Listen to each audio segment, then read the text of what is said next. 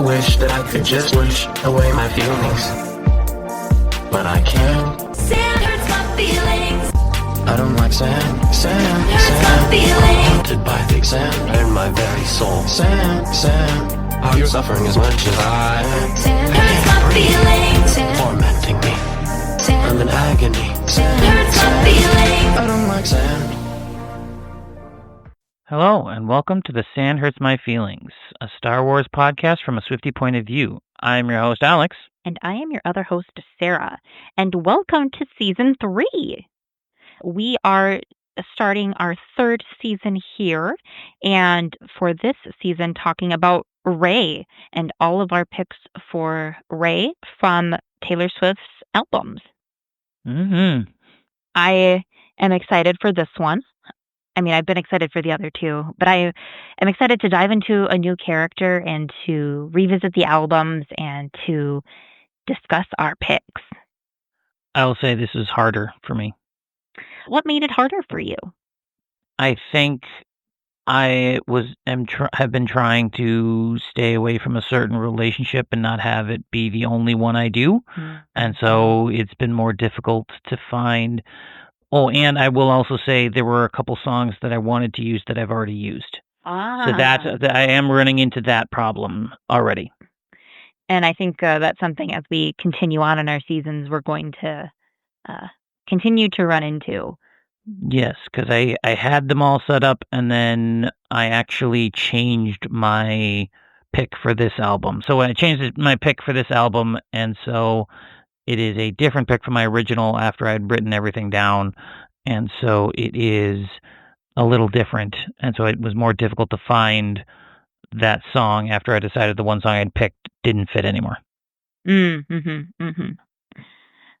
So as you were picking your picks for Rey, did you feel kind of penned in by only having 3 movies, or did you feel that there was enough material in the 3 movies that we have of Rey that you could make picks? I think there's enough to make picks. I felt more penned in than the previous characters, I will say. I think I think I felt similar to how I felt with Padme, in that, except with Padme, there was a lot of exterior things other than the movies that you could pull from, and there's not as much with Rey. But with Padme, I viewed there was kind of like 2 good movies you could pull from, and then a third that was kind of there. Yeah. And I felt the same way with Rey. If there's 2 movies with some meat to her, and then there's a third movie that is not as great at finding things. But I did use all 3 movies, and I did my best on that.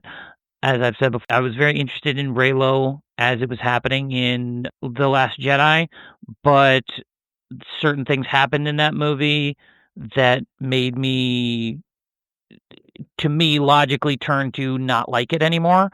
And so I know there are a lot of people out there that are still Reylos and really love that piece. But what I do in my picks, if I do have a Reylo pick, it's either going to be in a negative light of Reylo after The Last Jedi, or a positive light up until certain points in that movie. So just wanted to give everybody the heads up. Yeah. You're fine if you enjoy Reylo. That's not a criticism or anything. That's just where, at me, as my interpretation, it went in a certain direction, and then you turned off of that direction. And so that's kind of why I'm not as big of a fan of it after The Last Jedi. But if you still enjoy it, go for it. Again, we're a positivity podcast. If you like something, great. Yeah. It's all you. Yeah. Same thing with Taylor. There's definitely some certain Taylor songs that I'm just like, not the biggest fan of this one, but the other ones, but do I need to shout out that I hate her? No. Or that I hate this song? No. I obviously don't hate her because I'm doing a podcast about her. I was going to say, but yeah, so we have a problem there. We would have a problem, so. All right. So, did you feel penned in? No, that's it. That is a good question. I felt a little penned in. I felt I was picking songs that kind of represented the same moments over and over again, which I felt a little bit more for Padme than for Leia. I think kind of to your point, because there's some very pivotal moments that Padme has. I think we both picked a couple of songs around the whole Mustafar, Anakin, You're Breaking My Heart scenes, because they're such kind of key scenes both for her and for the whole saga. But yeah, with Rey, I felt I was just kind of picking the same moments or the same beats over and over again because there's less outside material. Rey's not in animated TV series that had 7 seasons like Padme was. And I hope that there's more of Rey's story ahead of us. But we're supposed to get a whole new movie about her, so that'll help. Sure. But yeah, at this point, we don't have that. Not to diminish Rey's story that we currently have. I'd even go for like more books about her. That's the what thing. I'm thinking. That's where I'm just like, that's I think where we're penned in a little bit more is like Padme had a great trilogy about her that we could pull a lot from, and Leia has a couple of books and a bunch of books and stuff about her, but like with Rey, they're very protective. I think because it's so new, they want to be able to do whatever they can with her on screen. And I'm just like, give us books, tell us more. It's like, it's fair, but I mean, even to have, maybe like a little slice of life on Jakku, or because I understand you can't really. I don't think that. That wouldn't be. I don't think that would be as interesting. But it's like, I understand you can't go past the events of Episode 9, but maybe, you have a whole span of time in between Last Jedi and Rise of Skywalker. There you go. That's what I would do. Yeah. Like do some kind of thing, and it doesn't even have to be a big stakes thing. It can be just a small little, like a young adult reader. Honestly, like we had that with Leia and Princess of Alderaan, and that was a great book. Yeah. And you can just have like a small little thing of like, oh, this is how she's reading different things and her studying the text, and because she's obviously got a big, huge. In Rise of Skywalker, she has understood the text, and so it's like maybe she's running around and looking for old Jedi temples and trying to get more information. So that would be interesting. Or even just developing her relationship, because we see Rey, Finn, and Poe all have such a very good relationship with each other in The Rise of Skywalker. No, they don't. Wow. Rey and Poe are not. They bump quite a bit. Yeah. But I mean, even to like see a little bit of their evolution of a relationship or how they interact. Sure, because there is more of like a brother-sister combativeness versus like they're just introduced to each other in the last like 5 minutes of the movie of Last Jedi. Yeah. So that is exciting. And we're going to keep y'all in suspense a little bit longer, listeners, because like we did with our other 2 seasons where we kind of did a little bit of chatting about Star Wars or Taylor Swift before we dive into our picks, we're going to do the same thing again. This time around for the Rey season, before we do our picks, we're going to share what our favorite song is from each of the respective albums that we're discussing. Yes. So I can go ahead and go first. I know your answer, but I would love to hear you say it. I think I know it at least. Oh, I'm very curious. What do you think my answer is? When I say I think I know it, it's because you created the song ranking list, and I think you already started before you shared it with me. Oh. And so then I think I have your rank. I had your rank before I changed it. But okay, what did I have? I'm Only Me When I'm With You. Yes. Yeah. That is my favorite song from the debut album. I really like the driving rhythm of the guitars. I like the story that it tells. I think it's a really cute song, and it's got a lot of good energy to it. Cool. What's yours? Mine is Teardrops on My Guitar. Why? That is just the song that when I think of debut, that's the song I think of. I think the slow, just like that intro of just Drew walks by me, like that is the epitome of Taylor Swift debut for me. This was to me it is her best written and best song that I like on debut. The list that we're making is not about best written, it is about what you like best, but for me on this one it lines up together. And to me, just when I think of Taylor Swift and debut, that's the song I hear. I know a lot of people hear Tim McGraw, sure, and because that was her first single, but as I wasn't immediately on the train when Tim McGraw dropped. I came in a little bit after that. Teardrops on My Guitar was one of those that I was like, I distinctly can remember watching on like AOL Music, dating myself, Yeah. of like watching the music video as she's playing it. And as our listeners know, I tend to gravitate towards the more moody Taylor songs. So Yeah, and I was going to say, of the singles from that album, like, I mean, Tim McGraw is sentimental, but I would say Teardrops is more moody than yeah, Tim McGraw. They're both sentimental songs about loss or pining and, not having what you want. yep, So I'm okay with sharing my pick for Ray first if you'd like, go for it. because you set me up pretty nicely. My pick for Ray is Teardrops on My Guitar. Oh my gosh. Yeah, we did not plan that, folks. Did you We match? did not. Did you? No, That night? no. There's Okay. no way we could match because I'll give you a hint. One of my picks is one you've already picked. Okay, yeah. So then we can't match because we're not going to duplicate. Oh, but anyway, that gets me excited for what your pick is, but I'm going first. So I picked for Ray Teardrops on My Guitar. I see this song coming from Ray in the Force Awakens era, if you will. And the song really isn't about a relationship like Taylor singing in the song. And like, in the song, Taylor wants to be in a relationship with Drew. In this song, Ray wants to belong. That's basically the bottom point, is Ray wants to belong. So Drew represents the longing and being without. Ray wants her parents. She wants belonging. She wants connection. And that comes easily for some people, but it's something that Ray has been longing for a long time, like Taylor has in the song. And Ray, like Taylor, is watching from afar and seeing other people have what she wants and thinking and knowing that it will never happen. But Ray fakes positivity about it all, just like Taylor does.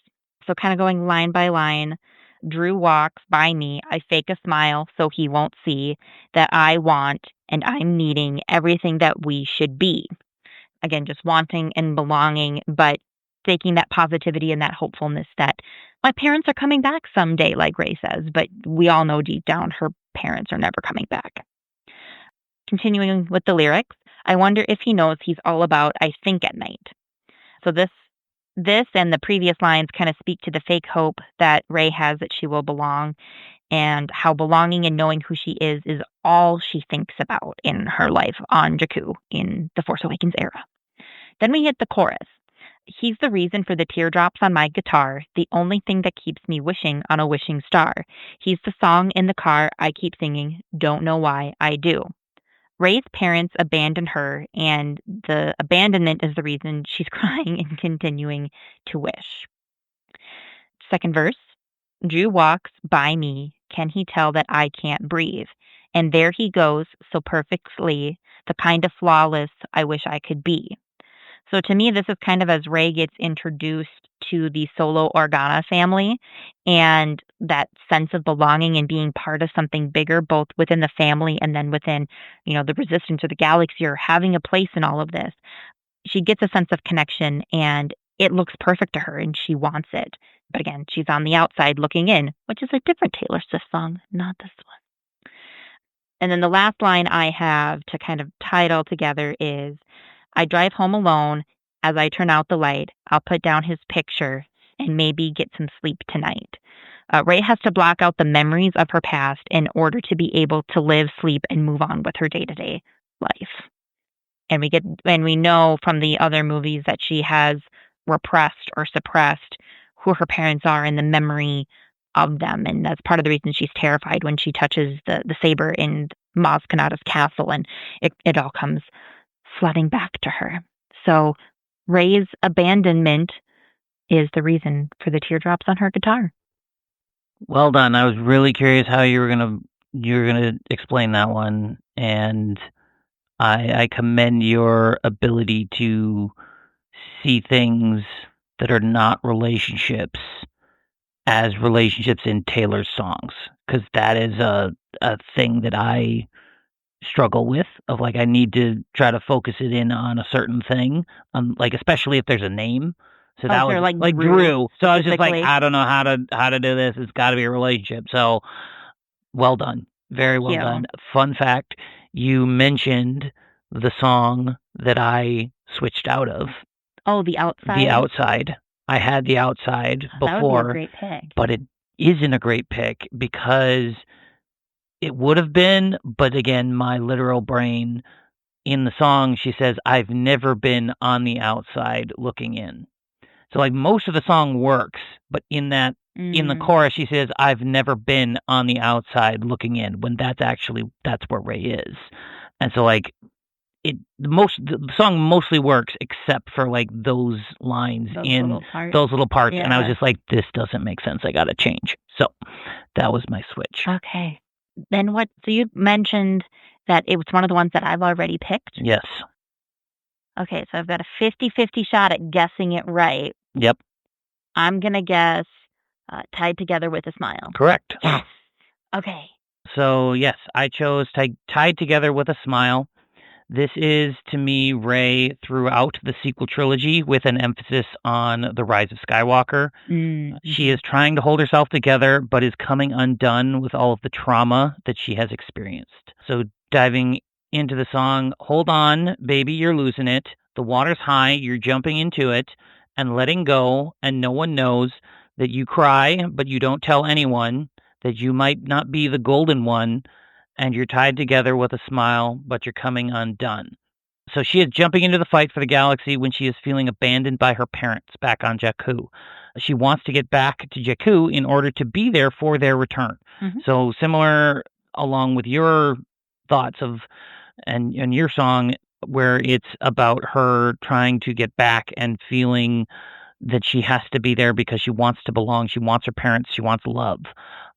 She has to step out of her safety zone, and she has to fight for the good of the galaxy. She does not tell people how she is feeling. The only person that she tells that she's feeling inferior is Kylo Ren, and he then uses that insecurity against her, which is problematic. Yeah. So, continuing, I guess it's true that love was all you wanted, because you're giving it away like it's extra change, hoping it will end up in his pocket, but he leaves you out like a penny in the rain. Oh, because it's not his price to pay. It's not his price to pay. So Kylo uses Rey's insecurities to turn her towards the dark side. She is desperate for love, so she gives it to Ben, or Kylo Ren, when she thinks he will help her bring peace to the galaxy. He uses this against her and tries to break her down by claiming her family are filthy junk traders and she is nothing, just like them.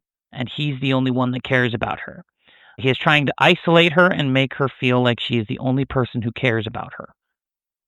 And then we go back into the chorus again. Hold on, baby, you're losing it. The water's high, you're jumping into it and letting go, and no one knows that you cry, but you don't tell anyone, that you might not be the golden one, and you're tied together with a smile, but you're coming undone. So in Rise of Skywalker, Rey is literally coming undone, and she begins to fall to the dark side because of what Kylo has said and made her believe. She states that she doesn't know who she is, and no one else understands her either. She continues to second guess who she is, and if she is the one to bring the Jedi back all through the Rise of Skywalker. She even runs to Octo with the intention of letting the Jedi die, just like Luke in The Last Jedi, until she is confronted by Luke. He reinvigorates her and helps her boost her confidence, but she is being barely held together with a smile. I like that pick.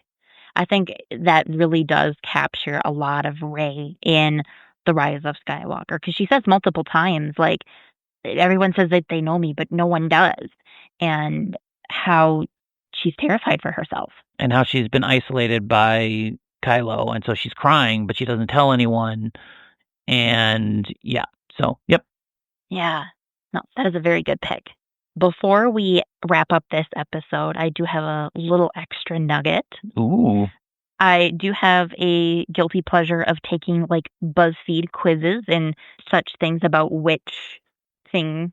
And just taking the quizzes. They're fun. Yeah, we haven't done one of these in a while, but yeah, I remember those. They haven't lined up, but this one does. Good. So I took a BuzzFeed quiz about which Taylor Swift song are you, from the perspective of Rey. and got a song from the debut album. So we're going to talk about it here. The song that I got from that little quiz is Our Song. The explanation is, you are a ray of sunshine. You radiate positivity and hopeful energy. You probably love driving with your hair undone and the windows down because it makes you feel alive. At the end of the day, you're in love with your life. You're excited about today and tomorrow. Your future is bright. That does not fit at all. I think it fits fleeting moments of Rey, because there's some awestruck moments she has of like when they fly onto Takadana and she's like, I've never seen so much green, and how when she experiences rain for the first time, and the Aki Aki festival, and there's some pure joy and kind of, I would say, purity that would align with that and the happiness. But maybe it's a signal that the future is bright for Rey after the rise of Skywalker and future content we may get with her. Okay, I say it doesn't fit. That's my opinion. The BuzzFeed's reasoning for Our Song is weak. But listeners, if you think Our Song is a good pick for Rey, let us know why. Correct. No, that is true. When I say it's not a good pick, I say the explanation is not good. Yeah. Yes. No, if you have that thought, we want you to let us know. Let us know through Instagram. We are the Sand Hurts My Feelings pod on the Instagram.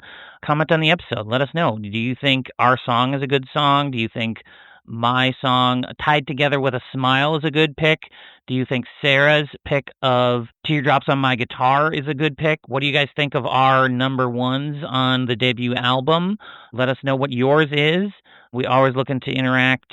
We love hanging out. Love talking to people. We've got some new fans recently, so that are on Instagram, and we also do Threads and Facebook and any of those places.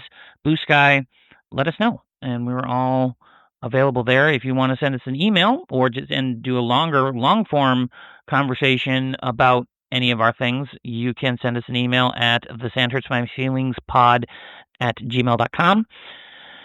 And yeah, we are just having a blast talking about Taylor. Until next time, may the Force be with you. Forever and always. May the Force be with you. Forever and always.